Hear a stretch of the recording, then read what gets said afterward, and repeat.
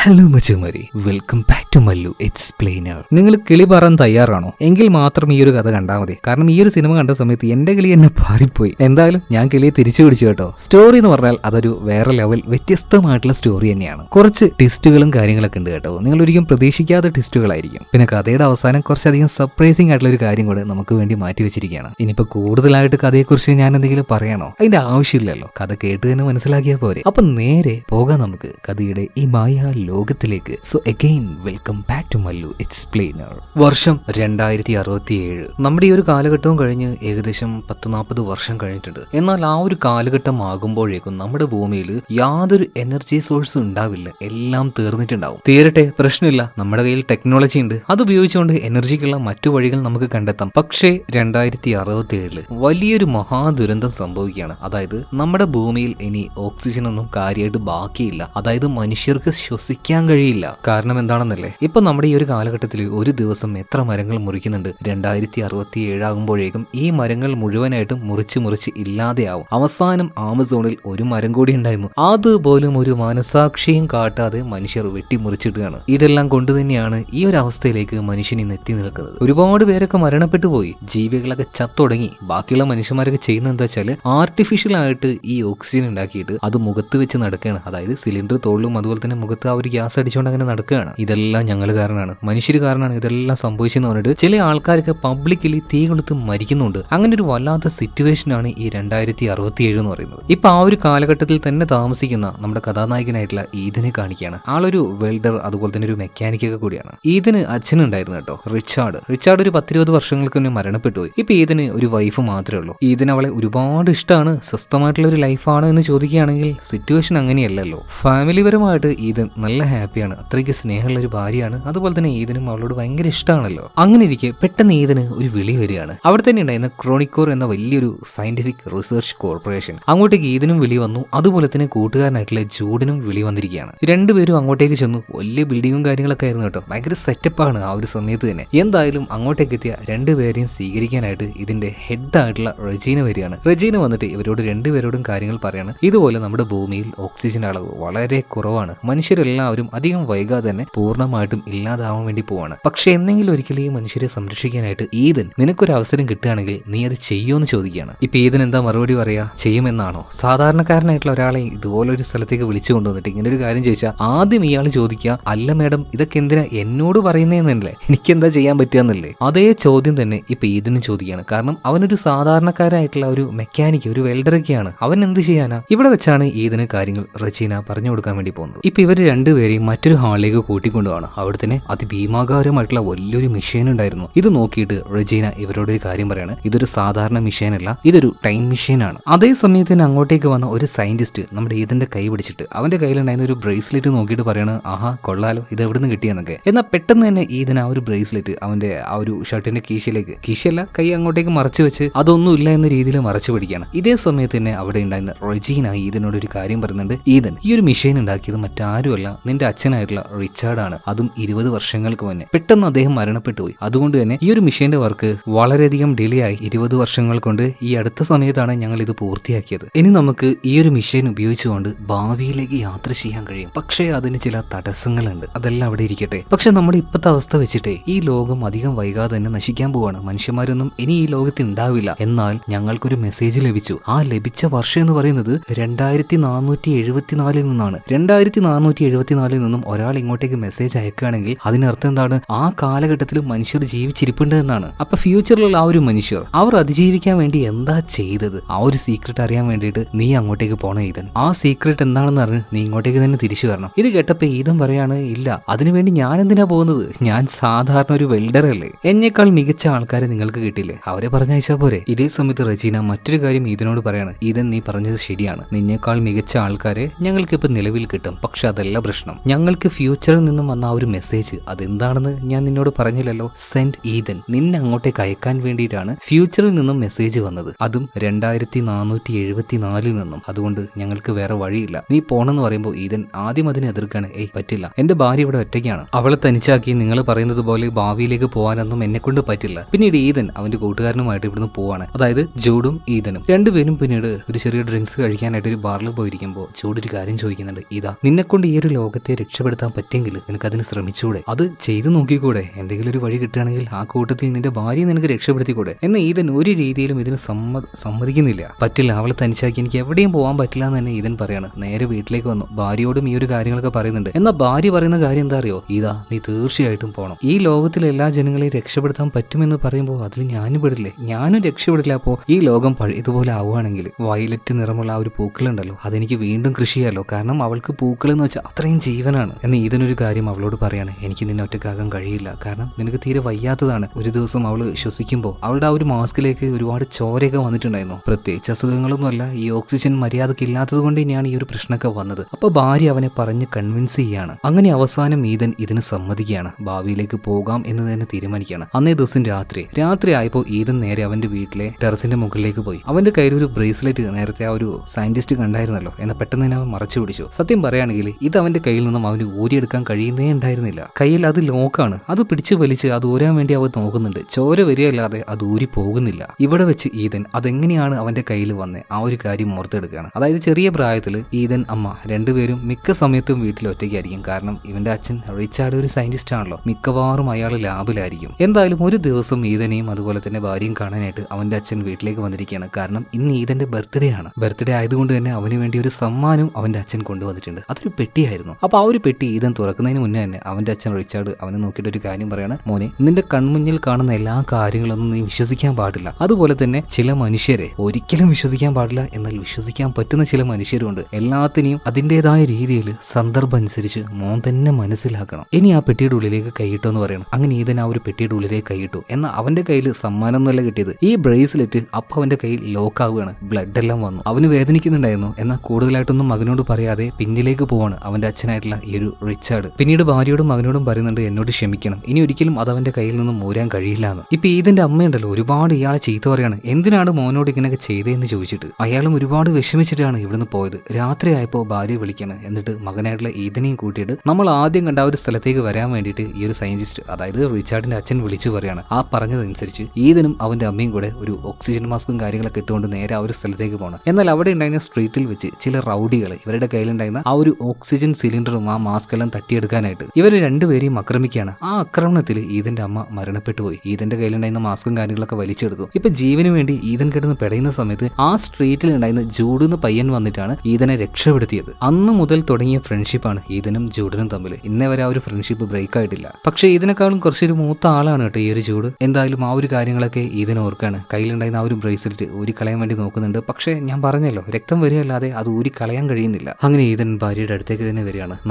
നാളെയാണ് time travel ചെയ്തുകൊണ്ട് ഫ്യൂച്ചറിലേക്ക് പോകേണ്ടത്. അതിനുവേണ്ടി തന്നെ അവന് മനസ്സ് തയ്യാറെടുത്തു. എന്നാൽ ഭാര്യ എഴുന്നേൽക്കുന്നതിന് മുന്നേ ആയിട്ട് തന്നെ അവളെ കണ്ട് ഒന്ന് നേരിട്ട് സംസാരിക്കാതെ പോകാൻ വേണ്ടി ഈതൻ തീരുമാനിക്കുകയാണ്. അവൾക്ക് ഏറ്റവും ഇഷ്ടപ്പെട്ടത് ഫ്ലവേഴ്സ് ആണ്, പൂക്കളാണ്. അതുപോലെ ഈ സ്റ്റീൽ കൊണ്ട് ഒരു പൂ ഉണ്ടാക്കിയിട്ട് അതിൽ ഞാൻ തീർച്ചയായിട്ടും തിരിച്ചു വരും എന്ന് എഴുതി അവിടെ വെച്ചിട്ടാണ് ഈതൻ പോകുന്നത്. എന്നെ ഈ കാര്യമൊക്കെ ഭാര്യ അറിയുന്നുണ്ടായിരുന്നു. അവളാണെങ്കിൽ തേങ്ങി കരയായിരുന്നു. ചിലപ്പോൾ അവനോട് നേരിട്ട് സംസാരിച്ചു കഴിഞ്ഞാൽ ഈ പറഞ്ഞ പരിപാടി ഒന്നും നടക്കില്ല, അവനിവിടെ തന്നെ നിൽക്കുകയെ. എന്തായാലും അത് ഈതനും അറിയാം, ഭാര്യയ്ക്ക് അറിയാം. സോ രണ്ടുപേരും സംസാരിച്ചില്ല. എന്തായാലും ഈതൻ നേരെ ആ ഒരു കമ്പനിയിലേക്ക് ചെല്ലുകയാണ്. അതായത് റെജീന നടത്തുന്ന ആ ഒരു വലിയ കമ്പനിയിലേക്ക്, ക്രോണിക്കിൾസ് അതാണ് ഇതിന്റെ പേര്. എന്തായാലും അങ്ങോട്ടേക്ക് എത്തിയതിനു ശേഷം ഈതൻ ആ ഒരു യാത്രയ്ക്കായിട്ട് തയ്യാറെടുപ്പ് നടത്തുകയാണ്. അതിനായിട്ടുള്ള സ്യൂട്ടും കാര്യങ്ങളൊക്കെ ധരിക്കണം. മാത്രമല്ല അവൻ അതിന്റെ ഉള്ളിലേക്ക് പോകുന്നതിന് മുന്നേ ഒരു സയന്റിസ്റ്റ് വന്നിട്ട് അവന്റെ കയ്യിൽ ഫോൺ പോലത്തെ ഒരു കാര്യം കൊടുക്കുന്നുണ്ട്. ആർഷി എന്ന് പറഞ്ഞിട്ടുള്ള എന്തൊരു മെഷീനാണത്. പല രീതിയിലും ഈ ഒരു മെഷീനെ അവനെ സഹായിക്കും. അതായത് കമ്മ്യൂണിക്കേഷന് വേണ്ടി, നാവിഗേഷന് വേണ്ടി, അങ്ങനെ പലതരത്തിലുള്ള സെറ്റിംഗ്സും ഈ ഒരു സംഭവത്തിലുണ്ട്. അപ്പോൾ എല്ലാ തയ്യാറെടുപ്പുകളോടും കൂടിയിട്ട് ഇപ്പൊ ഈതൻ ആ ഒരു മെഷീൻ്റെ ഉള്ളിലേക്ക് കയറാൻ നിൽക്കുകയാണ്. ഇപ്പൊ അവിടെ ഉണ്ടായിരുന്ന ജൂഡ് ഈതന്റെ അടുത്തേക്ക് വന്നിട്ട് പറയാണ്, ഈതൻ ഒരു കാരണവശാലും നീ പേടിക്കണ്ട, ഭാര്യയുടെ കാര്യങ്ങളൊക്കെ ഞങ്ങൾ എല്ലാവരും ഇല്ലേ, ഞങ്ങൾ നോക്കിക്കൊള്ളാം. ഒരേ ഒരു കാര്യം, അത് മാത്രം നീ ആലോചിച്ചാൽ മതി. ഈ ലോകത്തെ രക്ഷിക്കാനായിട്ടാണ് നീ പോകുന്നത്. ആ രഹസ്യം അതെന്താണെന്ന് കണ്ടുപിടിച്ചിട്ട് പോവാം. അങ്ങനെ നമ്മുടെ ഈതൻ എന്തിനും തയ്യാറാവുകയാണ്. അവസാനം ആ ഒരു യാത്ര അത് തുടങ്ങാനായിട്ടുണ്ട്. മെഷീന്റെ ഉള്ളിലേക്ക് ഈതൻ കയറി നിന്നു. സമയം പതിയെ കുറഞ്ഞു വരികയാണ്. മെഷീൻ ആക്ടിവേറ്റ് ആയി. അധികം വൈകിയില്ല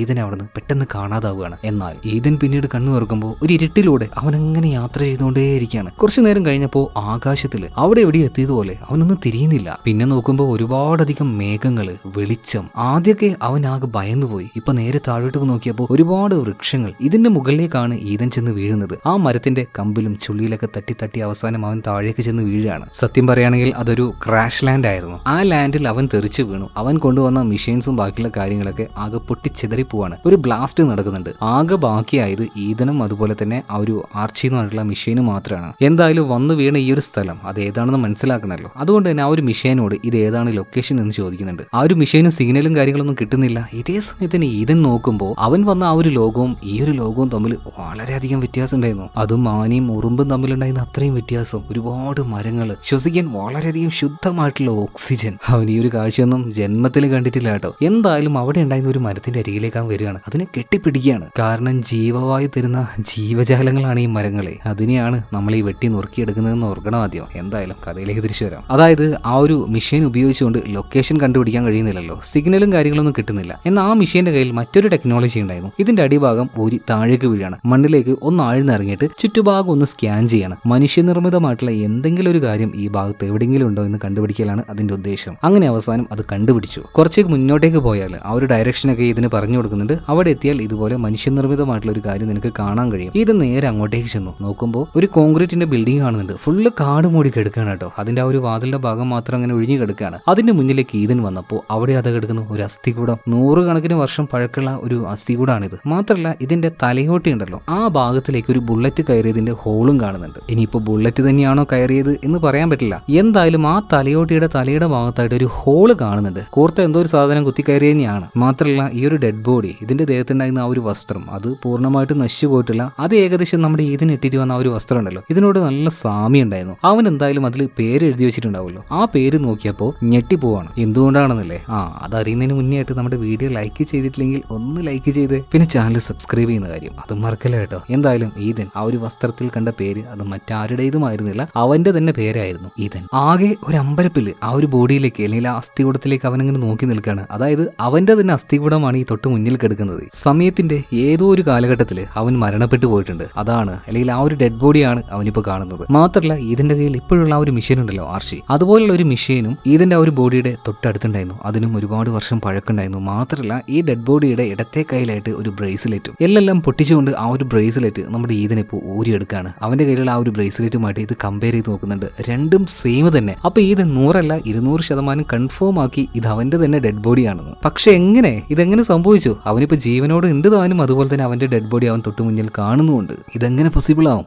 അത് കഥയുടെ മുന്നോട്ടേക്ക് പോകുമ്പോൾ മനസ്സിലാവും. അത് മാത്രമല്ല ഇതിന് മറ്റൊരു കാര്യം ഇവിടെ കാണുകയാണ്. ഇവന്റെ കയ്യിലുള്ള ആ ഒരു ബ്രേസ്ലെറ്റിന്റെ കളർ ചുവപ്പ് നിറാണ്, അല്ലെങ്കിൽ ആ ഒരു ലൈറ്റ്. എന്നാൽ ഇപ്പൊ ഈ ഒരു ഡെഡ് ബോഡിയുടെ കയ്യിൽ നിന്ന് കിട്ടിയ ആ ഒരു ബ്രേസ്ലെറ്റിന്റെ ലൈറ്റിന്റെ കളർ അത് പച്ച നിറമാണ്. ഇതെന്തുകൊണ്ടാണെന്ന് അവന് മനസ്സിലാവുന്നില്ല. എന്തായാലും ഈതൻ ആ ഒരു പഴയ ആർച്ചി ഡിവൈസ് എടുക്കുകയാണ്. എത്രയോ വർഷം പഴക്കമുള്ളത് കൊണ്ട് തന്നെ അതിപ്പോ ഏകദേശം നശിക്കാനായ അവസ്ഥയിലാണ്. ഏകദേശം എത്രയോ ഒരു കുറഞ്ഞ ചാർജ് മാത്രമേ ഉള്ളൂ. അപ്പൊ ആ ഒരു ആർച്ചി ഡിവൈസ് ഇത് പൂർണ്ണമായിട്ടും ഓഫ് ആകുന്നതിന് മുന്നേ ആയിട്ട് ഈതൻ അതിലുണ്ടായിരുന്ന ചില കാര്യങ്ങൾ കേട്ടു നോക്കുകയാണ്. അതിലൊരു ഓഡിയോ റെക്കോർഡ് ഉണ്ടായിരുന്നു. അതിങ്ങനെയായിരുന്നു: ഇവിടെ കിടന്ന് ഇങ്ങനെ നരകിക്കുന്നതിലും നല്ലത് ചാവുന്നതാണ്. പെട്ടെന്ന് തന്നെ മറ്റേ ആള് സംസാരിക്കുന്നത് കേൾക്കാണ്. അപ്പോ അത് നീ ആയിരുന്നല്ലേ?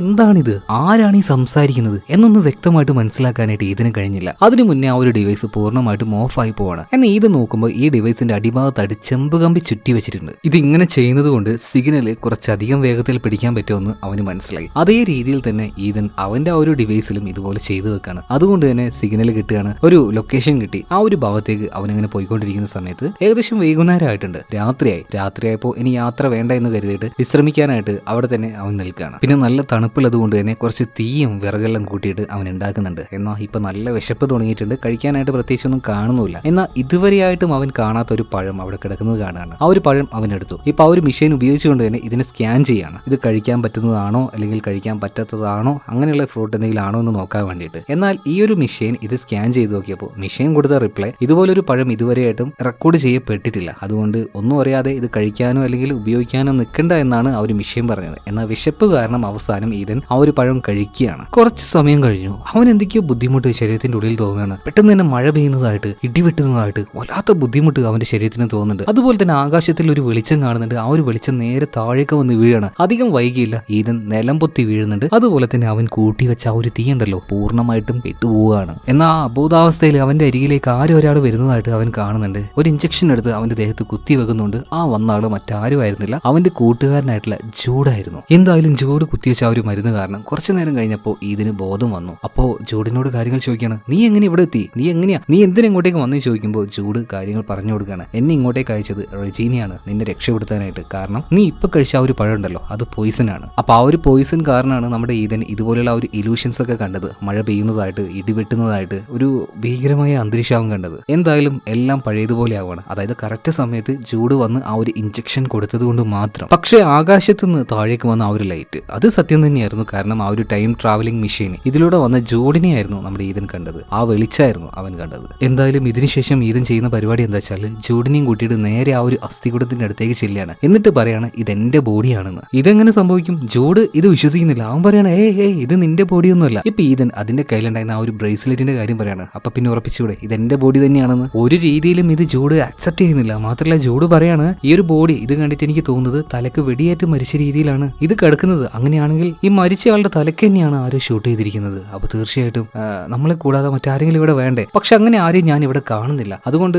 എന്തായാലും ഈതൻ ഇത് നീയല്ല, ഇത് മറ്റാരുടെയോ ബോഡിയാണ്. അതായത് ഈതൻ മനസ്സിലാക്കിയതുപോലെ അല്ലെങ്കിൽ അവൻ കാര്യങ്ങൾ റിയലൈസ് ചെയ്തതുപോലെ ജൂഡ് മനസ്സിലാക്കുന്നില്ല. കാരണം എന്താവും പറയുന്നത് അവന്റെ തൊട്ടു മുന്നിൽ നിൽക്കുന്ന കൂട്ടുകാരന്റെ അതേ ബോഡിയാണ്, അല്ലെങ്കിൽ അവന്റെ അസ്ഥികൂടമാണ് തൊട്ടു മുന്നിൽ കാണുന്നത്. എന്തായാലും ഞാൻ പറഞ്ഞതുപോലെ ജൂഡ് വിശ്വസിക്കുന്നില്ല. എന്നാൽ ഇതിനുശേഷം രണ്ടുപേരും കൂടിയിട്ട് ആ ഒരു മിഷൻ ആർച്ചി കാണിച്ച ആ ഒരു ഡയറക്ഷനിലേക്ക് ഇവർ രണ്ടുപേരും പോവാണ്. മറ്റൊരു ബിൽഡിങ്ങിന്റെ അടുത്തേക്ക് ഇവർ എത്തുന്നുണ്ട്. അവിടെ വലിയൊരു വാതിലുണ്ടായിരുന്നു. ഇതെല്ലാം കാടുമൂടി കിടക്കാണ്. എന്തായാലും ഈതൻ ആ ഒരു വാതിലിന്റെ മുന്നിലേക്ക് എത്തിയ സമയത്ത് അതിന്റെ ഉള്ളിൽ നിന്നും കൈ പോലെ എന്തോ ഒരു ഇരുമ്പിന്റെ കഷ്ണം പുറത്തേക്ക് വന്നിട്ട് ഒരു ലൈറ്റ് കത്തുകയാണ്. ആ ലൈറ്റ് നമ്മുടെ ഈതന്റെ കണ്ണ് സ്കാൻ ചെയ്യുന്നുണ്ട്. പൂർണ്ണമായിട്ടുള്ള ആ ഒരു സ്കാനിങ് കഴിഞ്ഞ സമയത്ത് ഓട്ടോമാറ്റിക് ആയിട്ട് ആ ഒരു ബിൽഡിങ്ങിന്റെ ആ ഒരു ഡോർ തുറന്നു വരികയാണ്. ഭയങ്കരമായിട്ടുള്ള ഇരുട്ടായിരുന്നു. അതിന്റെ ഉള്ളിലേക്ക് ഇവർ രണ്ടുപേരും പോകുന്നുണ്ട്, ഈതനും ജൂഡും. അങ്ങനെ ഇവരതിന്റെ ഉള്ളിലേക്ക് വന്ന് നോക്കുമ്പോൾ കുറെ അധികം കമ്പ്യൂട്ടർ സ്ക്രീനും ഒരുപാട് മെഷീനറീസും കാര്യങ്ങളൊക്കെ ഇവിടെ കാണുന്നുണ്ട്. പക്ഷേ ഒരു എന്താ പറയാ അവ്യക്തമായ രീതിയിൽ മാത്രമാണ്, വ്യക്തമായ രീതിയിലൊന്നും ഇതിന് കാണുന്നില്ല. എന്തായാലും അവിടെ ഉണ്ടായിരുന്ന ഒരു മോണിറ്റർ ഇപ്പോൾ ഓൺ ആവുകയാണ്. അതിൽ എങ്ങനെയാണ് എഴുതി വെച്ചിട്ടുള്ളത് വെൽക്കം ഈതൻ. സത്യം പറയുകയാണെങ്കിൽ ഇവർ രണ്ടുപേരും അതായത് ഈതനും ജൂഡും ആകെ ഷോക്കായി പോവാണ്. അതുപോലെ തന്നെ വീണ്ടും അടുത്ത മെസ്സേജ് വരികയാണ്. ഇത് ആക്ടിവേറ്റ് ചെയ്യണമെങ്കിൽ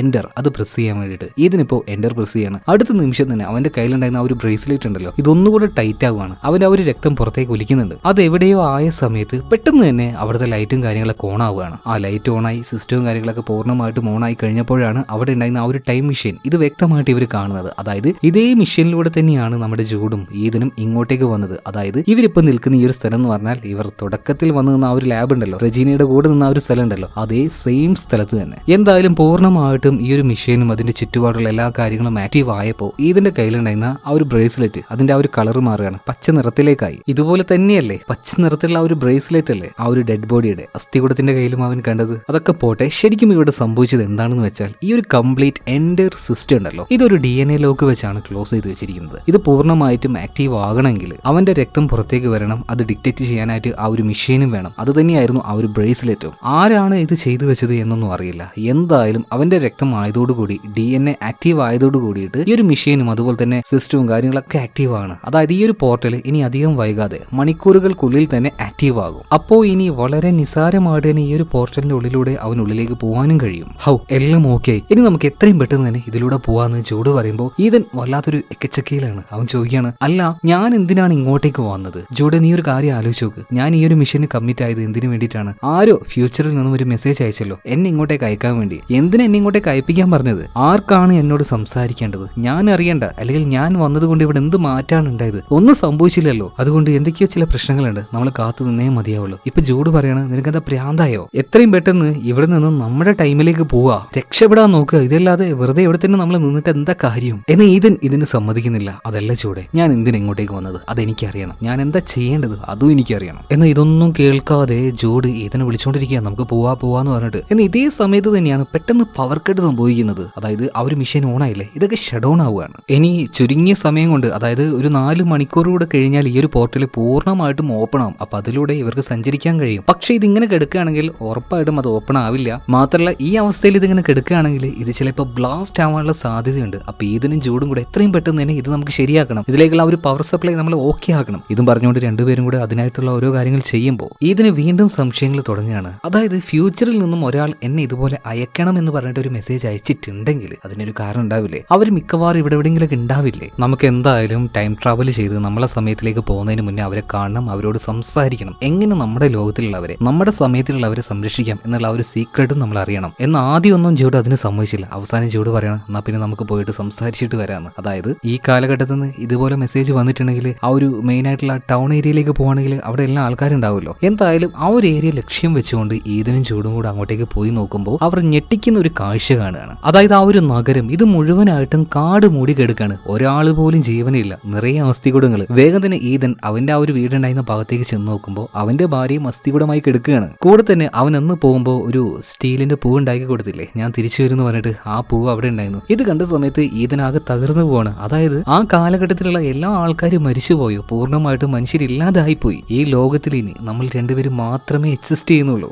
വേറെ ആരും തന്നെ ഇല്ലാന്ന് പറഞ്ഞിട്ട് ഈതൻ കിടന്ന് കരയാൻ തുടങ്ങുകയാണ്. ഇങ്ങനെ കരഞ്ഞോണ്ടിരിക്കുന്ന ഈതനെ നോക്കിയിട്ട് ജൂഡ് ഒരു കാര്യം പറയുന്നുണ്ട്, ഇങ്ങനെ ഇവിടെ കിടന്ന് കരഞ്ഞോണ്ടിരിക്കുന്നതിലും നല്ലത് ചാവുന്നതാണ്, നീ എന്റെ കൂടെ വാന്ന് പറഞ്ഞിട്ട് ജൂഡ് ഇപ്പൊ അവന്റെ കൈ പിടിക്കാൻ നിൽക്കുന്ന സമയത്ത് പെട്ടെന്ന് ഈതൻ ജൂഡിനെ നോക്കുകയാണ്. അപ്പൊ അത് നീ ആയിരുന്നല്ലേ, ഏത് എന്ന് ഒന്നും മനസ്സിലാവാതെ ജൂഡ് ഇങ്ങനെ ചോദിക്കുമ്പോൾ ഇപ്പൊ ഈതൻ പറയാണ് അതുപോലെ ഒരു മെഷീൻ ഉണ്ടായിരുന്നു, അതിൽ ഇതുപോലൊരു റെക്കോർഡിംഗ് സൗണ്ട് കേട്ടിട്ടുണ്ടായിരുന്നു. പെട്ടെന്ന് തന്നെ ജൂഡ് അവന്റെ കയ്യിലുണ്ടായിരുന്ന ഗണ്ണ് എടുക്കാണ്, ഇതിന് നേരെ ചൂണ്ടാണ്. നീ വെറുതെ അനാവശ്യമായിട്ട് ഓരോന്ന് പറയാൻ നിൽക്കല്ലേ. ഇപ്പൊ വീണ്ടും നമ്മുടെ ഇതിന് കാര്യങ്ങൾ കൂടുതലായിട്ട് മനസ്സിലാവുകയാണ്, എങ്ങനെ ജൂഡിന്റെ കയ്യിൽ ഗണ്ണ് വന്നു, ഇവൻ തന്നെയാണ് എന്നെ ഷൂട്ട് ചെയ്തിട്ടുണ്ടാവുക എന്ന് ജൂഡ് പറയണ. ഒരിക്കലും അല്ല, ഞാനല്ല നിന്നെ ഷൂട്ട് ചെയ്ത് കൊന്നത്, ഉറപ്പാണ്. എന്നാ പിന്നെ ആ ഒരു ഗണ്ണ് കളയെന്ന് പറയുമ്പോൾ ജൂഡ് അത് കേൾക്കുന്നില്ല കേട്ടോ. നമുക്ക് വേഗം അങ്ങോട്ടേക്ക് ചെല്ലാം, ആ ഒരു പവർ സപ്ലൈ എങ്ങനെയെങ്കിലും ശരിയാക്കാം, ആ ഒരു മെഷീൻ നമുക്ക് ഓൺ ആക്കി എടുക്കണം. രണ്ടുപേരും അങ്ങോട്ടേക്ക് ചെന്നു, പവർ സപ്ലൈ ഒക്കെ ഓക്കെ ആക്കുന്നുണ്ട്. അവസാനം ആ ഒരു മെഷീൻ ഓൺ ആവുകയാണ്. ഇനി ഇതിലൂടെ ഇവർക്ക് എളുപ്പത്തിൽ ഇവരുടെ സമയത്തിലേക്ക് തിരിച്ചു പോകാം. എന്നാൽ പോകുന്നതിന് മുന്നേറ്റ് ഈതൻ അവിടെ തന്നെ കിടക്കുന്ന ആ ഒരു അസ്ഥികൂടത്തിലേക്ക് നോക്കുകയാണ്. തീർച്ചയായിട്ടും അവന് മനസ്സിലായി അത് അവന്റെ തന്നെ ബോഡിയാണ്. പക്ഷെ എന്തായിരിക്കും ശരിക്കും സംഭവിച്ചിട്ടുണ്ടാവുക, ഇത് മനസ്സിലാക്കാനായിട്ട് നമ്മുടെ ഈതൻ ഒരു കാര്യം ചെയ്യാൻ തീരുമാനിക്കുകയാണ്. അതായത് ഈ ഒരു അസ്ഥികൂടം ഉണ്ടല്ലോ, ഇതിന്റെ കയ്യിലുണ്ടായിരുന്ന ആ ഒരു പഴയ ഡിവൈസ്, അതിൽ ബാറ്ററി ഇല്ലല്ലോ, അതിൽ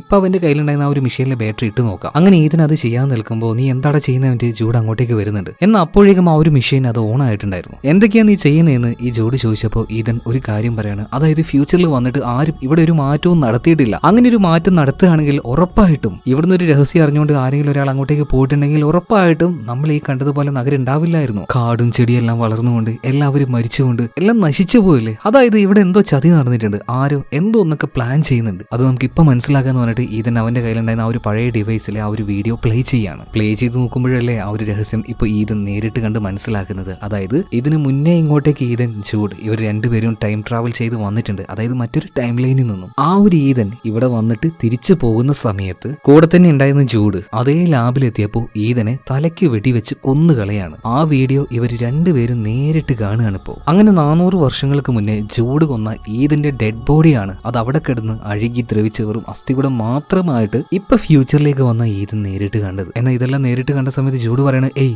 ഞാൻ അങ്ങനെയൊന്നും ചെയ്യില്ല, ഞാൻ നിന്നെ കൊല്ലാനൊന്നും പോകുന്നില്ല, ഇത് മറ്റെന്തോ ആണ്. എന്തായാലും അങ്ങോട്ടും ഇങ്ങോട്ടും സത്യം മനസ്സിലാക്കിയത് കൊണ്ട് തന്നെ രണ്ടുപേരും അങ്ങോട്ടും ഇങ്ങോട്ടും മൽപ്പിടുത്തം നടത്തുന്നുണ്ട്, അങ്ങോട്ടും ഇങ്ങോട്ടും അടിയാവാണ്. ഇതിന്റെ ഇടയിൽ ഈതൻ എങ്ങനെയൊക്കെ ജൂഡിനെ ഒരു റൂമിൽ പൂട്ടിയിടാണ്. ഇതിനുശേഷം നേരെ ആ ഒരു കമ്പ്യൂട്ടർ സിസ്റ്റം ഉണ്ടല്ലോ, അതായത് ആ ഒരു ടൈം മെഷീൻ, ഇതിന്റെ അടുത്തേക്ക് ഈതൻ വന്നിട്ട് അവിടെ ഉണ്ടായിരുന്ന ഒരു വീഡിയോ പ്ലേ ചെയ്ത് നോക്കുകയാണ്. അതിൽ അവന്റെ അച്ഛൻ വർഷങ്ങൾക്ക് മുന്നേ, അതായത് ഈതൻ എപ്പോഴാണോ ടൈം ട്രാവൽ ചെയ്ത് ഇങ്ങോട്ടേക്ക് വന്നത് 2067, ഈ 2067 നിന്നും 20 വർഷങ്ങൾക്ക് പിന്നെ 2047 അവന്റെ അച്ഛൻ റെക്കോർഡ് ചെയ്തിട്ട് ഒരു വീഡിയോ ആണ് ഇപ്പൊ ഈതൻ നേരിട്ട് കാണുന്നത്. ഇപ്പോൾ അതിൽ എല്ലാ രഹസ്യങ്ങളും അവന്റെ അച്ഛൻ പറയുന്നുണ്ടായിരുന്നു. അതായത് ഒരു സാധാരണ ഒരു വീഡിയോ റെക്കോർഡ് ചെയ്തിട്ട് തോന്നിയതുപോലെ അവന്റെ അച്ഛൻ അങ്ങനെ സംസാരിക്കുകയാണ്. അതായത് എന്തെങ്കിലും ഒരു ദിവസം ഈതൻ ഈ ഒരു വീഡിയോ കാണുമെന്ന് അവന്റെ അച്ഛൻ അറിയായിരുന്നു. അപ്പൊ ഇങ്ങനെ ഈതനോട് അവന്റെ അച്ഛൻ പറയാണ്, ഈതൻ ഈ ലോകത്തെ രക്ഷിക്കാൻ പോകുന്നത് മറ്റാരുമല്ല ഈതൻ, നീയാണ്. അങ്ങനെ വീഡിയോ റെക്കോർഡ് ചെയ്തുകൊണ്ടിരിക്കെ അവന്റെ അച്ഛൻ ഒരാളെ വിളിക്കുകയാണ്, അതായത് ഈതന്റെ അമ്മയെ തന്നെ. എന്നിട്ട് അമ്മയോട് പറയാണ്, നമ്മൾ ആദ്യമായിട്ട് കണ്ട ഒരു സ്ഥലം ഉണ്ടല്ലോ, അങ്ങോട്ടേക്ക് നീ വാ, എല്ലാ രഹസ്യങ്ങളും ഞാൻ നിന്നോട് പറയാം. അതായത് ഈതന്റെ കയ്യിൽ ബ്രേസ്ലെറ്റ് ഇട്ടുകൊടുത്തുകൊണ്ട് അവന്റെ അച്ഛൻ എവിടെ നിന്ന് പോയില്ലേ, അതിനുശേഷം ഭാര്യയെ ലാബിൽ നിന്ന് വിളിച്ചില്ലേ, ഇന്ന സ്ഥലത്തേക്ക് വരണം എന്ന് പറഞ്ഞിട്ട് ആ വിളിച്ച കാര്യമാണ് ഇപ്പൊ ഈതൻ ആ ഒരു വീഡിയോയിലൂടെ നേരിട്ട് കാണുന്നത്. ഇങ്ങനെ വീഡിയോ റെക്കോർഡ് ചെയ്തുകൊണ്ടിരിക്കുന്ന സമയത്ത് ഈ ലാബിലേക്ക് രണ്ടുപേര് വരുന്നുണ്ട്, മറ്റാരുമല്ല റെജീന, അതുപോലെ തന്നെ ചെറുപ്പക്കാരനായിട്ടുള്ള ഈതന്റെ കൂട്ടുകാരനായിട്ടുള്ള ജൂഡ്. ഈ റെജീനക്കും ജൂഡിനും അറിയില്ലായിരുന്നു ഇവിടെ ഇങ്ങനെ വീഡിയോ റെക്കോർഡ് ആവുന്നുണ്ട്. എന്തായാലും ഇവർ വന്ന സമയത്ത് തന്നെ ഈ ഈതന്റെ അച്ഛനുണ്ടല്ലോ റിച്ചാർഡ്, റെജീനയെ നോക്കിയിട്ട് പറയാണ്, നിങ്ങൾ ഒന്നുകൊണ്ടും പേടിക്കേണ്ട മാഡം, ഈ ലോകത്തെ മുഴുവനായിട്ട് രക്ഷപ്പെടുത്താനുള്ള ഒരു വിദ്യ എന്റെ കയ്യിലുണ്ട്. എന്നാൽ റെജീന ഒരു കാര്യം ഈതന്റെ അച്ഛനോട് പറയാണ്, അതിന്റെ ആവശ്യമില്ല. ശരിക്കും ഈ ഒരു ലോകത്തിന്റെ പ്രശ്നം തന്നെ മനുഷ്യരാണ്. മനുഷ്യർ മുഴുവനായിട്ടും ഇല്ലാതാവട്ടെ, ഫ്യൂച്ചറിൽ ഓട്ടോമാറ്റിക് ആയിട്ട് തന്നെ നമ്മുടെ ലോകം പഴയതുപോലെ ആയിക്കോളും. സസ്യങ്ങളെല്ലാം വളർന്നുകൊണ്ട് ഓക്സിജൻ ഇതെല്ലാം പഴയതുപോലെ ആയിക്കോളും. നമ്മളൊന്നും പ്രത്യേകിച്ച് ചെയ്യേണ്ട, മനുഷ്യർ അതങ്ങനെ നശിച്ചു പോയിക്കോട്ടെ. നീ ഉണ്ടാക്കിയ ഈ ടൈം മെഷീനിലൂടെ വളരെ കുറച്ച് ആൾക്കാർ മാത്രം ഫ്യൂച്ചറിലേക്ക് പോയിട്ട് ഇനി അവിടെ ജീവിക്കാന്ന് പറയാണ്. എന്നാൽ ഡോക്ടറിന്, അതായത് സയന്റിസ്റ്റ് ആയിട്ടുള്ള റിച്ചാർഡിന് ഇത് ഭയങ്കര ഷോക്കിംഗ് ആയിരുന്നു. മാഡം നിങ്ങൾ പറയുന്നത് പോലെ അത് പോസിബിൾ ആയിട്ടുള്ള ഒരു കാര്യമല്ല, ഫ്യൂച്ചറിൽ ആ ഒരു ടൈം മെഷീന് എന്തോ ഒരു പ്രശ്നമുണ്ട്. എന്നാൽ റെജീന അത് വളരെ നിസ്സാരമായിട്ട് തള്ളിക്കളിയാണ്. അതെന്തെങ്കിലും പവർ സപ്ലൈന്റെ പ്രശ്നമായിരിക്കും, അത് നമുക്ക് ശരിയാക്കാം. അതല്ല മാഡം, നിങ്ങൾ പറയുന്നത് പോലെ ഇവിടുത്തെ മനുഷ്യരെ മുഴുവൻ ഇല്ലാതാക്കിക്കൊണ്ട് ഫ്യൂച്ചറിലേക്ക് അങ്ങനെ പോയിട്ട് ജീവിക്കല് അത് പോസിബിൾ ആയിട്ടുള്ള കാര്യമൊന്നുമല്ല. അത് ഞാൻ സമ്മതിക്കൂല എന്ന് ഈ ഒരു സയന്റിസ്റ്റ് പറയാണ്. നിങ്ങൾ കുറച്ച് സമയം കൂടെ വെയിറ്റ് ചെയ്യുകയാണെങ്കിൽ നല്ല പ്രോപ്പർ ആയിട്ടുള്ള വ്യക്തമായിട്ടുള്ള ഒരു സൊല്യൂഷൻ അല്ലെങ്കിൽ ഒരു പരിഹാരം ഞാൻ കണ്ടുപിടിക്കാമെന്ന് ഈ ഒരു ഡോക്ടർ പറഞ്ഞു. ഇപ്പൊ റജീന പറയണം, നീ പറയുന്നൊന്നും കേൾക്കാൻ ഇനി ഞങ്ങളെ കിട്ടില്ല എന്ന്. ഇതേ സമയത്ത് തന്നെ ഈ ഒരു ഡോക്ടർ റിച്ചാർഡ് ഒരു കാര്യം പറയുന്നുണ്ട്, ഈ മെഷീൻ ഉപയോഗിച്ചുകൊണ്ട് എന്റെ മകൻ മാത്രമേ ഫ്യൂച്ചറിലേക്ക് പോയിട്ട് കാര്യമുള്ളൂ. കാരണം ആ ഒരു മെഷീൻ ആക്ടിവേറ്റ് ചെയ്യാൻ കഴിയുക അവന് മാത്രമായിരിക്കും. ഇത് പറഞ്ഞതും റജീന കയ്യിലുണ്ടായിരുന്ന ഗണ്ണെടുക്കാണ് ഈ റിച്ചാർഡിനെ വെടിവെച്ച് കൊന്നുകളയാണ്. ഈ കാര്യങ്ങളൊക്കെ വീഡിയോയിലൂടെ ആര് കാണുന്നുണ്ട്? ഈതൻ കാണുകയാണ്. ഇതൊക്കെ റെക്കോർഡഡ് ആയിരുന്നു. ഇതിപ്പോ ഈ ഒരു സയന്റിസ്റ്റ് ആയിട്ടുള്ള റിച്ചാർഡ് എന്ത് ചെയ്തിട്ടില്ലെങ്കിലും ഓട്ടോമാറ്റിക് ആയിട്ട് അത് ഈതൻ എപ്പോഴെങ്കിലും കാണാൻ പറ്റുന്ന രീതിയിൽ ഈ ഒരു മെഷീനിൽ തന്നെ സെറ്റ് ചെയ്ത് വെച്ചിട്ടുണ്ടായിരുന്നു. അത് ആക്ടിവേറ്റ് ചെയ്യാനും അത് കാണാനും ഇതിന് മാത്രമേ പറ്റുള്ളൂ. എന്തുകൊണ്ട്? അവന്റെ കയ്യിലുണ്ടായിരുന്ന ആ ഒരു സംഭവം ഉണ്ടല്ലോ, ബ്രേസ്ലെറ്റ്, ഇതൊക്കെ കാണാനുള്ള ഈ ഒരു മെഷീൻ ഓൺ ആക്കാനുള്ള ആ ഒരു ചാവി, കീ എന്ന് പറയുന്നത് അത് മാത്രമായിരുന്നു. അതുപോലെ തന്നെ വേറെയും ചില കാര്യങ്ങൾ ഇപ്പൊ ഇതിന് ഇവിടുന്ന് മനസ്സിലാക്കുകയാണ്. വെടിയേറ്റ് അവന്റെ അച്ഛൻ അവിടെ വെച്ച് തന്നെ മരണപ്പെട്ടതുകൊണ്ട് അവന്റെ അച്ഛൻ അമ്മയോടും അതുപോലെ തന്നെ ഈതനോടും ഇങ്ങോട്ടേക്ക് വരാൻ വേണ്ടി പറഞ്ഞിരുന്നല്ലോ. അവർ വരുന്ന വഴിക്ക് ഈതന്റെ അമ്മ മരണപ്പെട്ടു പോയി, അവനും മരിക്കുകയായിരുന്നു. എന്നാൽ അതേ സമയത്ത് തന്നെ അങ്ങോട്ടേക്ക് ജൂഡ് വന്ന് അവനെ രക്ഷപ്പെടുത്തി. സത്യം പറയുകയാണെങ്കിൽ ചെറുപ്പത്തിൽ ജൂഡ് വന്ന് അവനെ അവിടുന്ന് രക്ഷപ്പെടുത്തിയത് തന്നെ റജീനയുടെ പ്ലാൻ അനുസരിച്ചായിരുന്നു. പിന്നീട് അവന്റെ ബെസ്റ്റ് ഫ്രണ്ടായി മാറിയതും സുഹൃത്തായി മാറിയതും എല്ലാം ഈ റജിയുടെ പദ്ധതി അനുസരിച്ചാണ്. ഇവിടെ വെച്ച് ഈ ഒരു കാര്യം റിയലൈസ് ചെയ്തപ്പോൾ നമ്മുടെ ഈതന് ഭ്രാന്ത് പിടിക്കുകയാണ്. ഇത്രയും കാലം ഭാര്യ കഴിഞ്ഞാൽ തന്നോട് ഏറ്റവും അടുത്ത് നിൽക്കുന്ന വ്യക്തി ഈ ഒരു ജൂഡ്. ഇവന്റെ ആ ഒരു സുഹൃത്ത് ബന്ധം, ഫ്രണ്ട്ഷിപ്പ് എന്നൊക്കെ പറഞ്ഞാൽ ഒരു പൊള്ളയായിരുന്നു, ഒരു കള്ളായിരുന്നു, ഒരു പദ്ധതിയായിരുന്നു എന്നൊക്കെ മനസ്സിലായപ്പോൾ ഈതന്റെ മൈൻഡ് സെറ്റ് ആകെ മാറിപ്പോണ്. ഒരു ഭ്രാന്ത് പിടിച്ചതുപോലെയാണ്. ഇതേ സമയത്തിന് ജൂഡ് ആ ഒരു മുറി തുറന്നുകൊണ്ട് പുറത്തേക്ക് വരുന്നുണ്ട്. ഈ ഈതൻ വല്ലാതെ വയലന്റ് ആവുന്നുണ്ട്. ജൂഡിന്റെ അടുത്ത് എറിയാണ്. എന്നിട്ട് അവനോട് ചോദിക്കുകയാണ്, എന്തിനാടാ എന്നോട് ഈ ചതി നീ ചെയ്തത് എന്ന്. ഞാൻ അതൊന്നും ചെയ്തിട്ടില്ല എന്ന് ജൂഡ് വാദിക്കുകയാണ്. എന്നാൽ ഈ തെളിവുകളൊക്കെ ഈതൻ വെച്ച് കാണിച്ചു കൊടുത്തപ്പോൾ അവിടെ വെച്ച് ജൂഡിനൊന്നും പറയാണ്ടായിരുന്നില്ല. അവൻ പറയാണ്, ഞാൻ ഇങ്ങനെയൊന്നും ചെയ്യില്ലടാ, നീ എന്റെ കൂടെ അങ്ങോട്ടേക്ക് വാ, നമ്മുടെ സമയത്തിലേക്ക് തന്നെ തിരിച്ചു പോകാന്ന് പറയുമ്പോൾ ഈതൻ ഇതിന് സമ്മതിക്കുന്നില്ല. ഇല്ല, അങ്ങോട്ടേക്ക് വന്നിട്ട് എന്തിനാണ്? റജീനയുടെ ആ ഒരു പദ്ധതി നടപ്പിലാക്കാൻ വേണ്ടിയിട്ടോ, എല്ലാ മനുഷ്യരെയും ഇല്ലാതാക്കിയിട്ട് വളരെ ചുരുക്കം മനുഷ്യരെ മാത്രം വെച്ച് ഈ ലോകത്തെ പുനർനിർമ്മിക്കാൻ വേണ്ടിയിട്ടോ? ഇല്ല, ഞാനതിന് കൂട്ടു നിൽക്കില്ല. ഇപ്പൊ പെട്ടെന്ന് തന്നെ ഈതനെ ജൂഡ് മറിച്ചിടുകയാണ്. മാത്രമല്ല അവന്റെ തലയിലേക്ക് ആ ഒരു ഗണ്ണ് വെച്ച് അവനെ കൊല്ലാൻ നിൽക്കുന്ന സമയത്ത് ഈതൻ ജൂഡിനെ നോക്കിയിട്ട് സംസാരിക്കുകയാണ്. എന്തിനാടാ? ഒരു സുഹൃത്തിനെ പോലെ, ഒരു കൂട്ടുകാരനെ പോലെ, ഒരു ബ്രദറിനെ പോലെ അത്രയും ഞാൻ സ്നേഹിച്ചില്ലേ? എന്നിട്ടും അത്രയും ആത്മാർത്ഥമായിട്ട് ഞാൻ നിന്നെ സ്നേഹിച്ചിട്ടും നീ എന്നെ ചതിക്കുകയായിരുന്നില്ലേ? ഇത്രയും വർഷം നീ എന്നെ വഞ്ചിക്കുകയായിരുന്നില്ലേ? കണ്ണ് നിറഞ്ഞുകൊണ്ട്, കണ്ണുകൾ കലങ്ങിക്കൊണ്ട് നമ്മുടെ ഈതൻ ഇങ്ങനെ ചോദിച്ച സമയത്ത് ജൂഡിനാകെ ഷോക്കാവാണ്. സത്യം പറഞ്ഞാൽ റജീനയുടെ ഒരു പദ്ധതി അനുസരിച്ച് ജൂഡ് ഇങ്ങനെ അഭിനയിക്കാൻ വന്നതാണെങ്കിലും ചങ്ങാത്തം അത് മനഃപൂർവ്വം ഉണ്ടാക്കിയതാണെങ്കിലും അവന്റെ ഉള്ളിലും ഈതനോട് വല്ലാത്തൊരു ഇഷ്ടവും സ്നേഹമൊക്കെ ഉണ്ടായിരുന്നു. ഒരു സുഹൃത്തിനെ പോലെ, അതിനേക്കാൾ ഉപരി ഒരു അനിയനെ പോലെ. അതുകൊണ്ട് തന്നെ ആ ഒരു വിഷമം അവന്റെ ഉള്ളിലേക്ക് നന്നായിട്ട് തട്ടിപ്പോയി. അത് അവന് സഹിക്കാൻ കഴിഞ്ഞില്ല. കയ്യിലുണ്ടായിരുന്ന ഗണ്ണ് ഉപയോഗിച്ച് ജൂഡ് അവിടെ വെച്ച് തന്നെ ആത്മഹത്യ ചെയ്യാണ്. ആ രക്തം ഇപ്പോൾ ഈതന്റെ മുഖത്താവുന്നുണ്ട്. ഇതുകൂടി ആയപ്പോൾ ഈതന് സഹിക്കാൻ കഴിയുന്നില്ല. പക്ഷേ ഈ ഒരു സമയത്തും ഈതന്റെ ഉള്ളിൽ ഒരേ ഒരു ചിന്തയുള്ളൂ, അവന്റെ ഭാര്യയെ കാണണമെന്നോ അല്ലെങ്കിൽ അവനെ തന്നെ രക്ഷപ്പെടുത്തണോ? അതൊന്നുമല്ല. എന്തായാലും ഇതിനായിട്ട് ഇറങ്ങി പുറപ്പെട്ടു. എങ്ങനെ ആ ലോകത്തിലെ, അതായത് അവൻ വന്ന സമയത്തിലെ ലോകത്തിലെ എല്ലാ മനുഷ്യരെയും രക്ഷപ്പെടുത്താന്ന് ഇപ്പോ 2067 കാണുകയാണ്. അവിടെ ഇപ്പോൾ റജീനയും അവരുടെ കൂടെ കുറച്ച് ആൾക്കാരും ആ ഒരു മെഷീന് മുന്നിൽ കാത്തിരിക്കുകയാണ്. ആ ഒരു പോർട്ടൽ ഓപ്പൺ ആവുന്നതും കാത്ത്. ഫ്യൂച്ചറിൽ പോയിട്ട് ഈതൻ അത് ഓപ്പൺ ആക്കിയാൽ മാത്രമേ റജീനയ്ക്കും കൂട്ടർക്കും ഇവിടെ നിന്നും അങ്ങോട്ടേക്ക് പോകാൻ കഴിയുള്ളൂ. അതിന്റെ ആ ഒരു സിസ്റ്റം അങ്ങനെയാണ്. ഇവർ കുറെ പേര് അങ്ങോട്ടേക്ക് പോകണ്ടേ? കുറെ പേരല്ല, റജീനക്ക് പറ്റിയ കുറച്ച് ആൾക്കാർ. റജീന ഇപ്പൊ ശരിക്കും വെയിറ്റ് ചെയ്യുന്നത് ഈതനെയും അതുപോലെ തന്നെ ജൂഡിനെയാണ്. ആ ഒരു പോർട്ടൽ ഓപ്പൺ ആയി രണ്ടുപേരും ഇങ്ങോട്ടേക്ക് എത്തിയിട്ടുണ്ടെങ്കിൽ ഉറപ്പായിട്ടും ഈതനെ ഇവിടെ വെച്ച് തന്നെ റജീന കൊല്ലും. കൊന്നിട്ടുമുണ്ട്. അതുകൊണ്ടാണല്ലോ അവന്റെ ആ ഒരു ഡെഡ് ബോഡി 400 വർഷങ്ങൾക്ക് ശേഷം അവിടെ വെച്ച് ഈതനെ കാണാൻ കഴിഞ്ഞത്. ഇതുപോലുള്ള ടൈം ട്രാവലിംഗ് സ്റ്റോറി കുറച്ചൊക്കെ കൺഫ്യൂഷൻ ഉണ്ടാവും, കിളികളൊക്കെ പാറുകയും ചെയ്യും. ഞാൻ പറഞ്ഞല്ലോ, ഇങ്ങനെയുള്ള കഥകൾക്കുള്ള ഒരു പ്രശ്നമാണത്. അതുപോലെ തന്നെ അടുത്ത സീനിൽ കാണിക്കുന്നത് ഫ്യൂച്ചറിലേക്ക് പോയിട്ടുള്ള നമ്മുടെ ഈതനെയാണ്. ഇനിയിപ്പോൾ ഈതൻ ജൂഡ് ഇല്ലാതെ തന്നെ ആ ഒരു പോർട്ടലിലൂടെ 2067 പോയാലും ഈ റജീനയുടെ ആൾക്കാർ അവിടെ വെച്ച് എന്തായാലും ഈതനെ കൊല്ലും. അതുകൊണ്ട് തന്നെ ഈതൻ ഇവിടെ വെച്ചൊരു തീരുമാനം എടുക്കുകയാണ്. എന്തായാലും ഇനി അങ്ങോട്ടേക്ക് പോകുന്നില്ല, അതായത് 2067. പകരം ഇവിടെ വെച്ച് തന്നെ എന്തോ ഒന്ന് ചെയ്യാനാണ് ഈതന്റെ പദ്ധതി. അവൻ ആദ്യം തന്നെ റജീനയുടെ എല്ലാത്ത ആ ഒരു ടൈം ലൈനിലേക്ക്, അതായത് റജീനയ്ക്കൊക്കെ ഒരു മെസ്സേജ് വന്നില്ലേ, സെൻഡ് ഈതൻ, ഫ്യൂച്ചറിലേക്ക് ഈതൻ അയക്കുന്ന ഒരു മെസ്സേജ് വന്നില്ലേ, ആ ഒരു മെസ്സേജ് ഇവിടെ വെച്ച് നമ്മുടെ ഈതൻ ആ ഒരു മെഷീനിലേക്ക് അയച്ചിട്ടതാണ്. അതായത് അവനെ ഭാവിയിലേക്ക് വിളിച്ചു വരുത്തിയത് അത് അവൻ തന്നെയായിരുന്നു. ആഹാ, അടിപൊളി, കിളി വാറുന്നുണ്ടല്ലേ. എന്തായാലും വീണ്ടും അടുത്ത സീനിൽ റജീനയെ കാണിക്കുകയാണ്. ആ ഒരു പോർട്ടൽ അതിപ്പോ തുറക്കും, അതിനുവേണ്ടി റജീന ഇങ്ങനെ കാത്തിരിക്കുകയാണ്. എന്നാൽ ആ ഒരു പോർട്ടൽ ഓപ്പൺ ആയ സമയത്ത് അതിലൂടെ പുറത്തേക്ക് വരുന്നത് ഈതൻ ആയിരുന്നില്ല, പകരം ഒരുപാട് ചെടികൾ,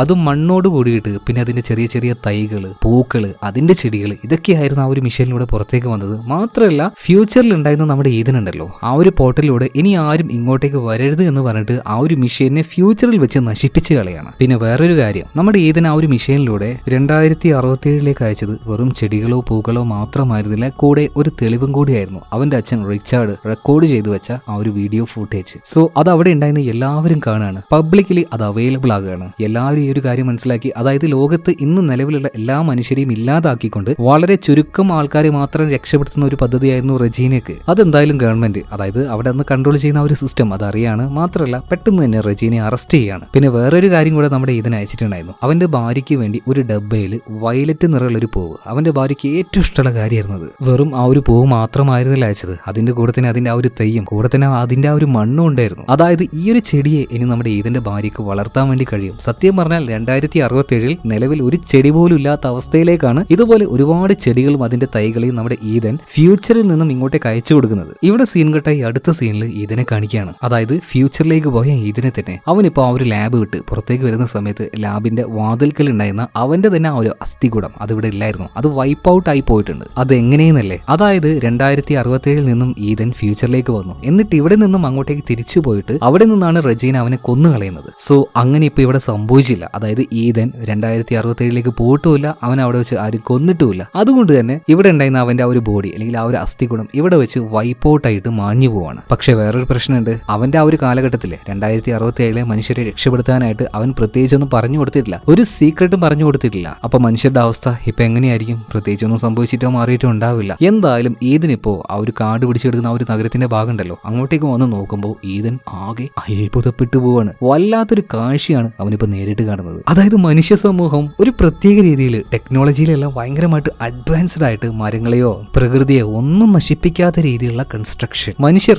ഇപ്പോഴും മനുഷ്യർ ഭൂമിയിൽ എക്സിസ്റ്റ് ചെയ്യുന്നുണ്ട്. അതായത് 2067 മനുഷ്യർ അന്നുണ്ടായിരുന്ന ആ ഒരു മനുഷ്യർ പൂർണ്ണമായിട്ട് നശിച്ചു പോയില്ല. അവർക്ക് സൊല്യൂഷൻ കിട്ടി. ഈ ലോകത്തെ പഴയതുപോലെ ആക്കാനുള്ള ആ ഒരു സൊല്യൂഷൻ അത് മറ്റൊന്നുമല്ല, നമ്മുടെ ഈദൻ ഇവിടെ നിന്നും അയച്ചു കൊടുത്ത ആ ഒരു ചെടികളുണ്ടല്ലോ അതൊക്കെ തന്നെ. എന്തായാലും ഇത് കാണിച്ചുകൊണ്ട് സിനിമ ഇവിടെ തീരുകയാണ്. കുറെ പേർക്കൊക്കെ പ്രത്യേകിച്ചൊന്നും മനസ്സിലായിട്ടുണ്ടാവില്ല എന്ന് എനിക്കറിയാം. അതുകൊണ്ട് തന്നെ വിശദമായിട്ട് ഒരു ലൈനായിട്ട്, അതായത് ലീനിയർ ഫോമിൽ നേരായ രീതിയിൽ ഈ കഥ ഞാൻ നിങ്ങൾക്ക് ചെറുതായിട്ടൊന്ന് പറഞ്ഞുതരാം. ഫസ്റ്റ് ലോകത്തിൽ ഇങ്ങനെയൊക്കെ ഒരു പ്രശ്നമുണ്ട്. ആ ഒരു സമയത്താണ് ഈദന്റെ അച്ഛൻ റിച്ചാർഡ് ഒരു ടൈം മെഷീൻ കണ്ടുപിടിക്കുന്നത്. അപ്പൊ ആ ഒരു മെഷീനിലേക്ക് ഒരു മെസ്സേജ് വരികയാണ്, സെൻഡ് ഈദൻ. ഫ്യൂച്ചറിലേക്ക് ഈദൻ അയക്കാനായിട്ട് ആ ഒരു മെസ്സേജ് അയച്ചത് ആരാണ്? നമ്മുടെ ഈദൻ തന്നെയാണ്. ഇത് അവന്റെ അച്ഛൻ കണ്ടു. അപ്പൊ അവന്റെ അച്ഛന് റിച്ചാർഡിന് ഒരു കാര്യം മനസ്സിലായി, ഈദൻ വളരെ ഇമ്പോർട്ടന്റ് ആയിട്ടുള്ള ഒരാളാണ്, ഈ ലോകത്തിലെ മനുഷ്യരെ തന്നെ രക്ഷപ്പെടുത്താൻ പോകുന്ന, അല്ലെങ്കിൽ അങ്ങനെ ഒരു പ്രവൃത്തി നടക്കുന്നുണ്ടെങ്കിൽ അത് നടത്താൻ പോകുന്നത് ഈദനാണ്. അതുകൊണ്ട് തന്നെയാണ് ഫ്യൂച്ചറിൽ ഉണ്ടായിരുന്ന ആ ഒരു ടൈം മെഷീൻ, അതിന്റെ ആ ഒരു ലോക്ക് കീ, അത് ഈദന്റെ അച്ഛൻ കൊണ്ടുപോയിട്ട് അവന്റെ കയ്യിൽ വെച്ചു കൊടുത്തതും അത് ലോക്കാക്കിയതും. ഫ്യൂച്ചറിൽ പോയിട്ട് ആ ഒരു ടൈം മെഷീൻ അത് ഓണാക്കാൻ കഴിയുക ഈദന് മാത്രമായിരിക്കും. അത് അവന്റെ DNA വെച്ച് ലോക്ക് ചെയ്തു വെച്ചിരിക്കുകയാണ്. എന്നാൽ ഈദന്റെ അച്ഛന്റെ, അതായത് റിച്ചാർഡിന്റെ പദ്ധതി പോലൊന്നും ആയിരുന്നില്ല റെജീനയുടെ ഒരു പദ്ധതി. അവരുടെ പദ്ധതി എന്ന് വെച്ചാൽ ഈ ലോകത്ത് ഇന്ന് ജീവിച്ചിരിക്കുന്ന മനുഷ്യന്മാർ മുഴുവൻ നശിച്ചു പോയിക്കോട്ടെ, കുറച്ച് ആളുകൾ മാത്രം നേരെ ഫ്യൂച്ചറിലേക്ക് പോവുക. ആ സമയത്ത് ആകുമ്പോഴേക്കും 400 വർഷം കൊണ്ട് ഈ ഭൂമി പഴയതുപോലെ ആയിക്കോളും എന്ന് ഈ ഒരു പദ്ധതി അക്സെപ്റ്റ് ചെയ്യാനായിട്ട് ഈദന്റെ അച്ഛൻ റിച്ചാർഡിന് പറ്റിയിരുന്നില്ല. അതുകൊണ്ട് തന്നെയാണ് ഇങ്ങനെ ഒരു ട്രാപ്പ് അല്ലെങ്കിൽ അങ്ങനെ ഒരു ലോക്ക് ഈദന്റെ അച്ഛൻ നേരത്തെ ഉണ്ടാക്കി വെച്ചത്. ഇങ്ങനെ ഒരു അപകടത്തെ മുൻകൂട്ടി കണ്ടുകൊണ്ട്, അതായത് ഫ്യൂച്ചറിലുള്ള ആ ഒരു മെഷീന്റെ അതിന്റെ ആ ഒരു പവർ സപ്ലൈ ഇത് ഓൺ ആവണമെങ്കിൽ, ആ ഒരു പോർട്ടൽ അത് കറക്റ്റ് ആവണമെങ്കിൽ നമ്മുടെ ഈദൻ തന്നെ അങ്ങോട്ടേക്ക് ചെന്ന് അവന്റെ കൈ കൊണ്ട് അത് ഓപ്പൺ ആക്കണം. അവന്റെ DNA തന്നെയാണ് അതിന്റെ ആ ഒരു താക്കോൽ എന്ന് പറയുന്നത്. അപ്പൊ ഈ ഒരു കാര്യം മനസ്സിലാക്കിയത് കൊണ്ടാണ് ഈ ഈദന്റെ കൂടെ തന്നെ ജൂഡൻ അയച്ചതും അവനുമായിട്ടൊരു ചങ്ങാത്തം സ്ഥാപിക്കാൻ വേണ്ടി റെജീന പറഞ്ഞതും. പിന്നീട് ഭാവിയിൽ അവൻ വളർന്നു വലുതായപ്പോൾ ഇതുപോലൊരു പദ്ധതി ഉണ്ടാക്കി, ഒരു നാടകം ഉണ്ടാക്കിയിട്ട് ഈദനെ ഫ്യൂച്ചറിലേക്ക് അയച്ചതും. പ്രത്യേകിച്ച് അവിടെ നിന്ന് ഒരു സീക്രട്ടോ കാര്യങ്ങളോ എടുക്കാൻ വേണ്ടിയിട്ടൊന്നുമല്ല, അവിടെ പോയിട്ട് അവന്റെ കയ്യിലുള്ള ആ ഒരു DNA ഉപയോഗിച്ചിട്ട് ആ ഒരു പോർട്ടൽ ആക്റ്റീവ് ആക്കണം. അതായിരുന്നു റെജീനയുടെ യഥാർത്ഥ പദ്ധതി. പക്ഷേ കാര്യങ്ങൾ മനസ്സിലാക്കി നമ്മുടെ ഈദൻ എന്താ ചെയ്തത്? അത് ആക്റ്റീവ് ആക്കിയില്ല. പകരം ചെയ്തത് എന്താ? അത് അവിടുന്ന് തകർത്ത് കളഞ്ഞു. പക്ഷെ ഇവർക്ക് കുറച്ച് ട്രീയും കാര്യങ്ങളൊക്കെ അയച്ചു കൊടുത്തിട്ടുണ്ടായിരുന്നു, അതിന്റെ വിത്തുകൾ, അതിന്റെ തൈകളൊക്കെ. മാത്രമല്ല റെജീന ചെയ്യാൻ പോകുന്ന ആ ഒരു പദ്ധതി അതെല്ലാവരെയും അറിയിക്കുകയും ചെയ്തു. അതോടുകൂടി തന്നെ റെജീന അറസ്റ്റിലായി. അന്നത്തെ കാലത്ത് ആർക്കും കിട്ടാത്ത ഏറ്റവും വിലമതിക്കാനാവാത്ത ഒരു കാര്യം അത് നമ്മുടെ ഈദൻ അയച്ചു കൊടുത്തതുകൊണ്ട് തന്നെ അവർ അത് നന്നായിട്ട് സൂക്ഷിച്ചു. അത് തന്നെ ചെടികൾ, അതിന്റെ വിത്തുകൾ, അതിന്റെ ആ ഒരു തൈകൾ നന്നായിട്ട് തന്നെ 2067 മനുഷ്യർ അതിനെ നോക്കി നന്നായിട്ട് പരിചരിച്ചു. ഇപ്പൊ അവർക്ക് മനസ്സിലായി ഇതില്ലാത്തതിന്റെ ആ ഒരു പ്രശ്നങ്ങളും ബുദ്ധിമുട്ടുകളും. അങ്ങനെ വർഷങ്ങൾ കടന്നുപോയി. ഭൂമി പഴയതുപോലെ തന്നെ ഒരുപാട് കാടും സസ്യങ്ങളും എല്ലാമായിട്ട് മാറുകയാണ്. പക്ഷേ മനുഷ്യർ ടെക്നോളജിക്കലി ഒരുപാട് മുന്നോട്ടേക്ക് പോയെങ്കിലും ഒരിക്കലും ഒരു മരം പോലും വെട്ടാത്ത രീതിയിലുള്ള ഒരു സിവിലൈസേഷൻ ആയിട്ട് മാറി, പ്രകൃതിയോട് ഇണങ്ങി ജീവിക്കുന്ന ഒരു കൂട്ടം മനുഷ്യരായിട്ട്. അപ്പൊ ആ ഒരു കാര്യമാണ് 400 വർഷങ്ങൾക്ക് ശേഷമുള്ള ഈദൻ കാണുന്നത്. ഓക്കെ, അപ്പൊ നിങ്ങൾ എല്ലാവരുടെയും പ്രധാന ഒരു സംശയം എന്താണെന്ന് എനിക്കറിയാം. അതായത് ഡെഡ് ബോഡി, ഈദന്റെ ആ ഒരു അസ്ഥികൂടം അതെങ്ങനെ അങ്ങനെ വന്നു അവിടെ? അതായത് അതൊരു പോസിബിലിറ്റിയാണ്. ഇനി എങ്ങാനും ഈദൻ അങ്ങോട്ടേക്ക് തിരിച്ചു പോയിട്ടുണ്ടെങ്കിൽ ജൂഡ് അവനെ കൊല്ലുമായിരുന്നു. അവന്റെ ആ ഒരു ബോഡി അവിടെ തന്നെ കിടന്ന് ജീർണിച്ച് ആ ഒരു അവസ്ഥയിൽ കാണുമായിരുന്നു എന്ന് കരുതി റെജീന വിചാരിച്ചതുപോലെ അവരുടെ ആ ഒരു പദ്ധതി നടപ്പിലാവുമൊന്നുമില്ല. നടപ്പിലായിട്ടുണ്ടെങ്കിൽ ഫ്യൂച്ചറിലേക്ക് ഈദൻ പോയിട്ടുണ്ടെങ്കിൽ അവിടെ മറ്റൊരു സിവിലൈസേഷനെ കാണേണ്ടതല്ലേ? എന്തായാലും അങ്ങനെ ഒന്നിനെ കണ്ടിട്ടില്ല. അതായത് റെജീനയുടെ ആ ഒരു പദ്ധതി എന്ന് പറഞ്ഞാൽ അതൊരു മണ്ട മണ്ടൻ പദ്ധതിയായിരുന്നു, ഒരിക്കലും നടക്കാൻ പോകുന്നില്ല. ഈദൻ എന്താണോ വിചാരിച്ചത്, അവൻ എന്താണോ പ്ലാൻ ചെയ്തത്, അത് തന്നെയായിരുന്നു അടിപൊളി പദ്ധതി. അതുകൊണ്ട് തന്നെയാണ് നമ്മുടെ ഈ ഒരു ലോകം പഴയതുപോലെ ആയതും. സോ ഇത്രയൊക്കെയാണ് ഈ ഒരു കഥയിൽ പറയുന്നത്. എന്തായാലും കഥ ഇഷ്ടമായിട്ടുണ്ടാവും എന്ന് ഞാൻ വിചാരിക്കുകയാണ്. ഇതുപോലെയുള്ള അതായത് കിളിവാർന്ന കഥകൾ നിങ്ങൾക്ക് വേണമെങ്കിൽ തീർച്ചയായിട്ടും കമന്റ് ബോക്സിൽ പറയാട്ടോ. ഞാൻ തീർച്ചയായിട്ടും കൊണ്ടുവരും. ഒരുപാട് കഥകളുണ്ട്, അതും വ്യത്യസ്തമായിട്ടുള്ള കഥകൾ. അപ്പോൾ എന്തായാലും വീഡിയോ ലൈക്ക് ചെയ്യുന്ന കാര്യം, ചാനൽ സബ്സ്ക്രൈബ് ചെയ്യുന്ന കാര്യം, കൂട്ടുകാർക്ക് ഈ വീഡിയോ ഷെയർ ചെയ്ത് കൊടുക്കുന്ന കാര്യം നിങ്ങൾ മറക്കാതിരിക്കുക. അതുപോലെ തന്നെ അടുത്ത വീഡിയോയിൽ നമുക്ക് വീണ്ടും കാണാം. Okay, by.